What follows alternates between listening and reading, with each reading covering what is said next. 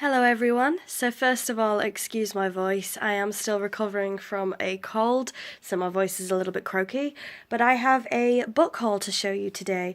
So some of these books are from the local charity shop and some of them are from the Works. The Works were doing a little bit of a sale. One of the Works not doing a sale, to be honest. Anyway, I thought I would show you all of the books that I've got over the past week and a bit, I believe. So we'll do the books from the Works first. So this first one I've been after for quite a while, and it is Anthology of Amazing Women, Trailblazers Who Dared to Be Different. This was $12.99 down to £5, I believe, which I thought was a good deal. And it's basically a illustrated collection of biographies, I suppose, of incredible women. And J.K. Rowling is in here, so there you go. And so is Elizabeth I. You can see her just there. I'll just flick to a random page because I think the illustrations are really, really nice. So this is Simone de Beauvoir. And then it's like I said, a biography there, what they've done, why they're famous, and then a picture of them. Just flick to someone else.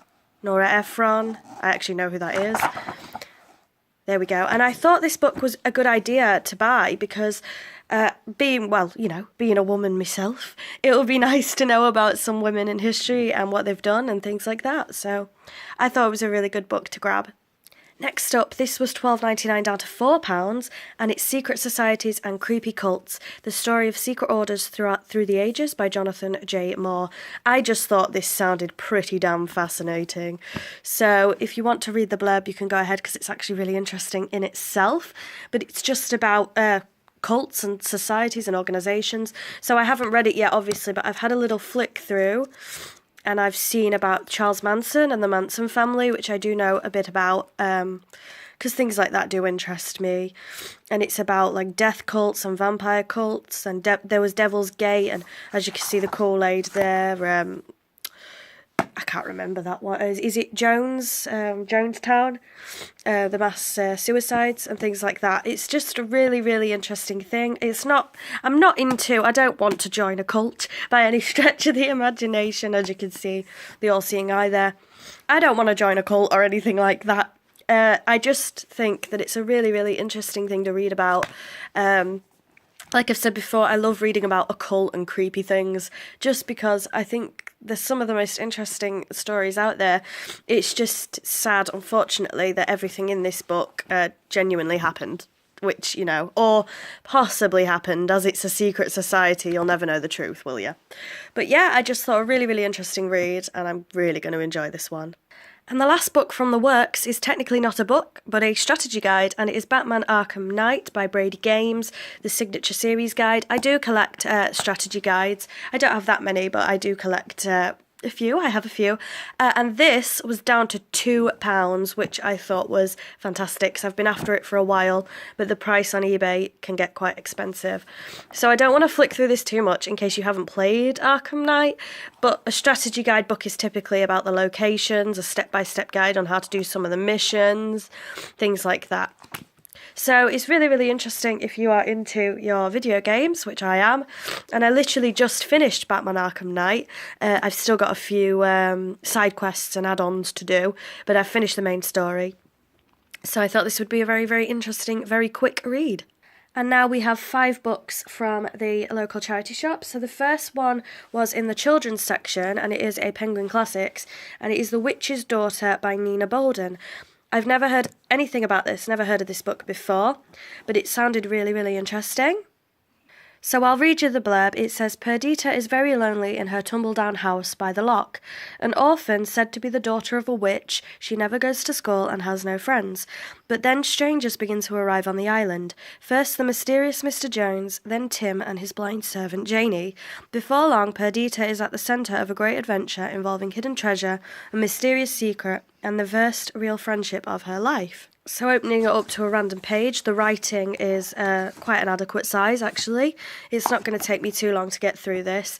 It does sound like a children's book, possibly a YA novel, but I'm still quite intrigued to read it, so I thought I would pick it up. Next up we have Looking for Alaska by John Green. I'm sure most of you have heard of this.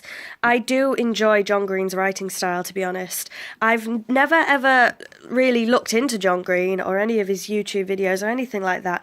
I just know his novels. I've read The Fault in Our Stars and I've read Paper Towns. I think that might be the only two I've actually read so far, but I do enjoy his writing style, so I thought I'd pick up Looking for Alaska. Like I said, I'm sure most of you know what this is, but it says, Alaska young, gorgeous, clever, funny, sexy, screwed up and utterly fascinating. Miles Halter could not be more in love with her, but when tragedy strikes, Miles discovers the value and the pain of living and loving unconditionally. Nothing will ever be the same. So I've heard good reviews about this book. I am going to get some of John Green's other books, like Turtles All the Way Down and things like that. I am looking to get some of those, because I thought The Fault in Our Stars was a fantastic book, actually. I wasn't so keen on Paper Towns, but I thought The Fault in Our Stars was fantastic, so hopefully this will be good. Oh, there's a dog-eared page there, did you see it? I'll sort that out. The writing isn't that big, so that should be a quick read for me as well, so Looking for Alaska. The next one, well, I just had to have it. We're near Halloween. You know I love vampires. It's A Brief History of Vampires by M.J. Trow. I have a few of these vampire books, to be fair. They're all repurposed, but basically the same book, aren't they? But this one did look really, really intriguing. From Vlad the Impaler to Edward Cullen, those two in a sentence, in search of the allure of the vampire. I think some people would disagree with this, but this one about True Blood. I see True Blood, which is very, very exciting. And yeah, it's just about, well, vampires, really. The writing, again, is quite big, so hopefully that'll be a good one. I'll let you know, but I thought it was a perfect read for the autumn Halloween season. So the next one I just thought was amazing, and I had to have it. Raining Cats and Dogs by Catherine by Catherine McDonough. I don't know. You know what I'm like. A history of pets at court since the Renaissance, and I thought that was cool. Renaissance or Renaissance, whatever you want. And it's literally dogs in the royal family, which is really, really cool. And cats, obviously. Let's not forget the cats. Really, really, really funny. So, yeah. I don't really know what to say about this one. You know, I love my royalty, I love my history, and I think it's just something different and something, you know, new that I've never really read about before. So I'm super, super excited to read this one. I really don't know what to tell you. I hope Anne Boleyn is in here, because I know that Anne Boleyn had a dog, I believe. Well, there's varying reports. Henry VIII also is said to have owned hunting dogs, so, but I don't know if this will go after the Tudors or not. I'm assuming it will. Anyway, Raining Cats and Dogs, what's not to like? And the final book is The Lives of the Kings and Queens of England, so it's another royal one, and it's edited by Antonia Fraser. I do have another Antonia Fraser book about Marie Antoinette, which I haven't actually read yet, and this is all about English monarchs, I suppose. There's nothing else to it, really. So, you know, lots and lots of information, lots of pictures. The writing's a little bit smaller, so it might take me a little bit longer to get through it, but I'm still super, super excited for this one. So that's all the books that I got in the last, let's say, 2 to 3 weeks, because I'm not actually quite sure.